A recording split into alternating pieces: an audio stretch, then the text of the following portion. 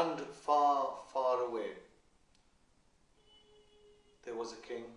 He had 7 queens. But none of the queens had borne him a child. He longed for a child, and one day he went off to see a holy man.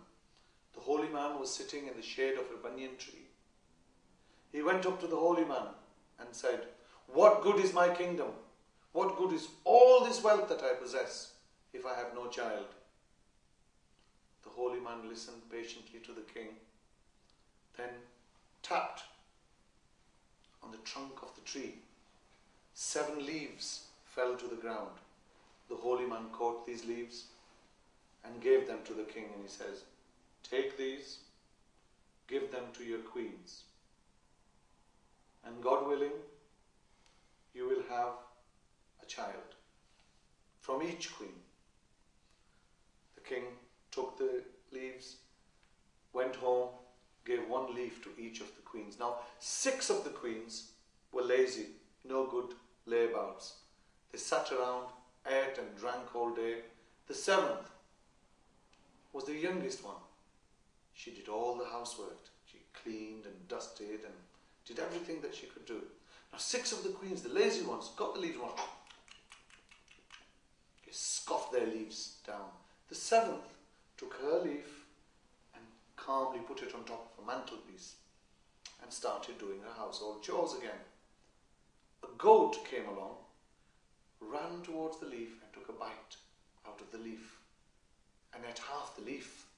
The queen got hers, the 7th queen, and ate her leaf. 9 months later, all the queens gave birth to boys.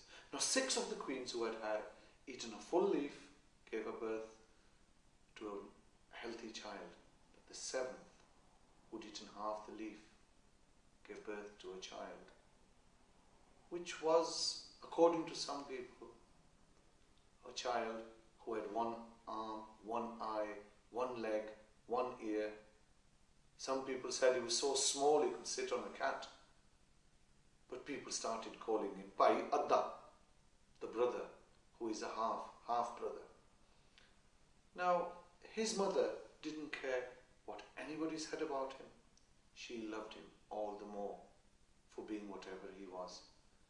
The 6 lazy queens got their sons, tarted them all up and showed off, "My son's prettier than yours. No, my son's prettier than yours."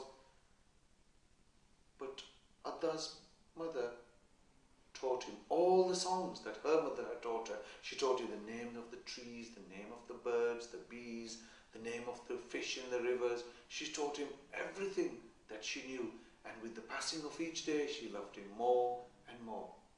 As the brothers grew up, the 6th, who were the most able-bodied of boys, grew up to be nasty, arrogant young men. They were always fighting with Adda. They were fighting with each other. They never played with Adda. It didn't matter how many times half-brother was taken out of their games or left aside, he would always come back to them and make up with them. The 6 brothers grew up to be nasty, arrogant young men. Half-brother grew up to be a loving, caring child. One day, the king called his sons together. He said, "Come here to me." All his sons came down. He says, "All of you are no good layabouts. You don't know the value of work. Now here, take this bit of bread, take this bit of egg, here's your water. Now go into the jungle for 7 days and 7 nights and then come back to me after you have learnt the value of work." 6 of the brothers got their belongings, set off into the jungle. Half-brother, Bayada, hobbled after them as best as he could. Now the 6 greedy brothers just ate all their food as quickly as they could, drank all their water and sat down under a tree to have a rest. And as half-brother caught up, they grabbed his water as well and his food, and he said, "Look, brothers, please, by all means, take my food, take my water, but we have a long journey ahead of us and we don't know what we may encounter along the way." They said, "Ah!" They drank it all up and set off again They got deeper and deeper and deeper into the jungle. The trees changed. They didn't recognize the plants. The familiar hills were gone. There were no rivers, no streams, nowhere from which to drink fresh water. It began to get dark. They became very scared. They were hopelessly lost in the middle of the strangest jungle they'd ever come across. Then, all of a sudden, they saw a little opening in the jungle. And through the opening, they saw the most beautiful house that one can ever imagine. And they ran towards the house, all 6 brothers. But Adha took a little cautious step and looked around. And he said, "Stop, brothers, stop, there's something very strange here." The brothers didn't listen to him and said, "Look, where there's a house, there's people. And where there's people, there's food. And we're hungry, and we're thirsty. And what does a little cripple like you know?" He said, "Look, brothers, there are no birds. There are no bees. How can you have flowers without bees? How can you have trees without birds? There's something very strange going on. Ah! What does someone like you know?" Just then, an old woman came out. She said, "Come, my sons, come. Come, you must be tired, hungry." And it was as if the brothers went into a trance. They followed the waving of the hand of the old woman, and they were led straight towards the front door. It opened, and it was a magnificent room inside into which they went into. There was an enormous big table, and on the table were laid 7 plates. There were 7 chairs, there were 7 glasses, there were 7 plates, and all manner of food that they could imagine. There were chicken tikkas, kebabs, there was boiled rice and lentils and fish and chips, even mushy peas and ice cream and chocolates. All manner of foods that could be imagined were on the table. And 6 of the brothers went, they ate and ate and ate and ate. And half brother just sat there thinking, how did she know there were 7 of us? This is not what it seems to be. She said, "Who said that?" "Nobody, mother. Everybody's eating." And as the brothers ate, they got tireder. They became very tired. And the old woman went like this. She looked to the right.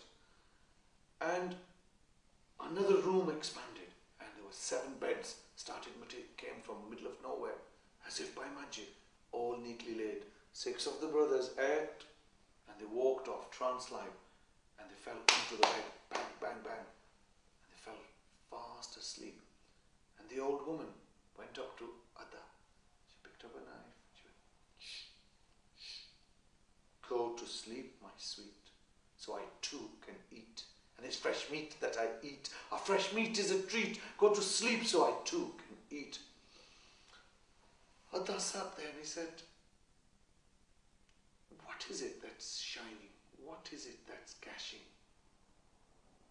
But he knew this was actually a she-demon, those that hang around in the jungles waiting for boys to walk past. She said, "Go to sleep, my sweet, so I too can eat. And it's fresh meat that I eat. And fresh meat is a treat. Go to sleep so I too can eat." He said, "But I'm hungry. I need some chapatis and some bread." And she went, her hand stretched out. A great big fire came out. She turned to the fire. She cooked the rotis. She cooked the bread. She brought them and plumped them in front of him. And he said, "No, I want to eat, but I only eat the way my mother used to make them for me." She goes, "How did your mother make the chapatis for you?" He said, "Well, she would go into the fields and pick up each individual grain of wheat.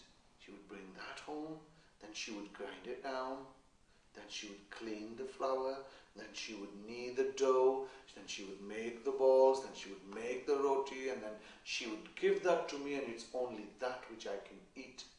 She went, ah! She went like that. The door flung open, and as she was flying through the door, she became the monster that she was. She went out, and as trees came in up front, she pulled them out as if they were carrots stuck in the ground. She wandered around the fields, picking up the wheat. Here, there should be a big pile. Brought it home. Will you eat if I make it out of this? Yes. So she ground it down. She shook it. She cleaned the flour. She made the dough, made the chapatis, and put them in front of him. And Adha picked them. She goes, hurry up and eat, you little beast, so I too can eat. And fresh meat is what I eat. Fresh meat is a treat. Now go to sleep so I too can eat. Adha was not intimidated. He ate very slowly. When he'd finished eating, he went, did a great big burp, and she said, are you going to go to sleep now? He said, no, I'm thirsty. So she pulled her arm like that, it stretched. She went, got the glass of water, brought her arm back, and she plunked the glass in front of him and said, now drink this and go to sleep, you little beast. And he said, no, I cannot drink that water. I only drink water the way my mother used to get it for me. She goes, how did your mother get you water? I said, my mother would take a sieve.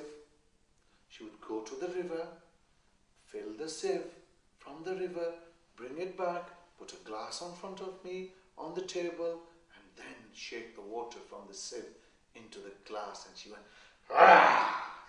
Roared, picked the sieve up, off she went into the jungle.